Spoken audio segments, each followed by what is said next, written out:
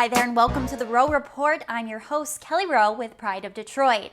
Now, it's no secret that sitting at 1-3 to start the season, the Lions aren't just riding the struggle bus, they're driving it.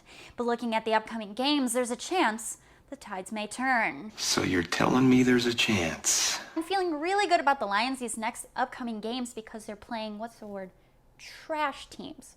More trash teams for the most part. So, let's discuss.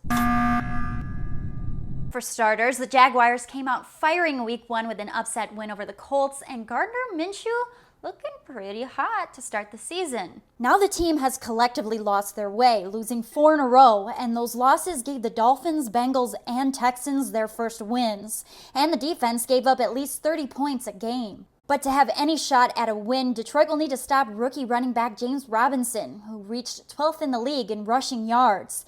In Week 2 alone, he rushed for 102 yards against the Titans. For a Lions defense that's sitting dead last in run defense, that could prove to be a problem.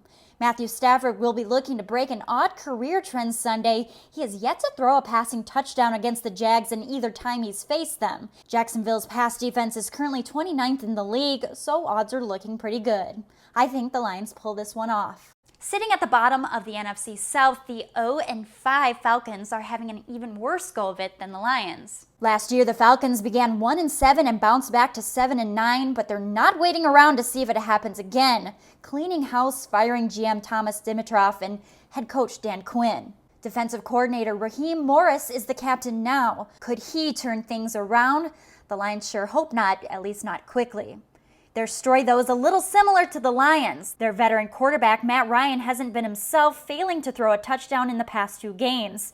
But he did throw an interception in the end zone. Defense is second to last in total yards allowed per game, and they're blowing fourth quarter leads. Right now, Julio Jones is hurt, but assuming he's back to face the Lions, they'll have to figure out a way to shut him down. And I think they do. I'm predicting a Lions win. Now, this will be the Lions' biggest problem coming up. The 3-2 Colts are second in the AFC South, just slightly trailing the undefeated Titans. The defense is leading the league and allowing the fewest yards per game at 266. For comparison, the Lions are at 405 yards a game. They're also third in rush defense. That's a tough matchup there. On offense, starting running back Marlon Mack is out with an Achilles injury, and the Colts' rushing game is taking a hit.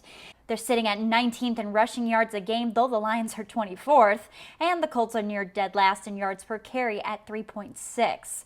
Phillip Rivers has to keep his mistakes at bay, like 2 interceptions, including a pick 6, to lose against the Browns. Unfortunately, I think the team figures it out offensively and takes down this struggling Lions defense. The Vikings have dug themselves into an early hole, sitting at 1-4 this season, but will take on the winless Falcons this weekend for potentially, probably, hopefully, maybe, a second win. Let's start by saying a lot can change between now and when the Lions play the Vikings, but taking them as they are now, the offensive line is struggling in pass protection big time, especially with fill-in guard Drew Samia, who ranks bottom in the league at the position according to Pro Football Focus. This gives Kirk Cousins virtually no time to make a good throw. At this point in time, Dalvin Cook is out with a groin injury, but assuming he's healed up by the time he faces the Lions, Detroit once again has to contain a leading rusher. Oh wait, no, he's the overall leading rusher in the whole league. But the Vikings struggled to close games, losing to the Titans and Seahawks each by exactly 1 point. However, I think Minnesota still has more pieces than Detroit does.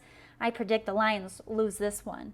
The Washington football team is 1-4 and somehow still hot in the race in the dumpster fire that is the NFC East. The momentum from a Week 1 win where Washington sacked Eagles' Carson Wentz a whopping 8 times has since fizzled out.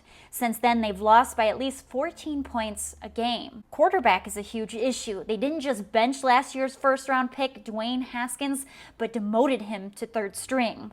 Then Kyle Allen left Sunday's game with a shoulder injury. That did lead to an inspiring Alex Smith comeback moment, but boy, if you didn't flinch each of those 6 sacks. Offensively, they rank dead last in total yards per game at 263. Defensively, they're middle of the pack, allowing 356 yards per game. Will they have some things figured out by the time they face the Lions? I don't think they do. Lions win this one. So Detroit has a real shot at winning 3 of the next 5 games. No question about it. I am ready to get hurt again. Time will tell if they use the bye to figure a few things out. and turn the season around. I'm Kelly Rowe, and this has been the Rowe Report, Pride of Detroit.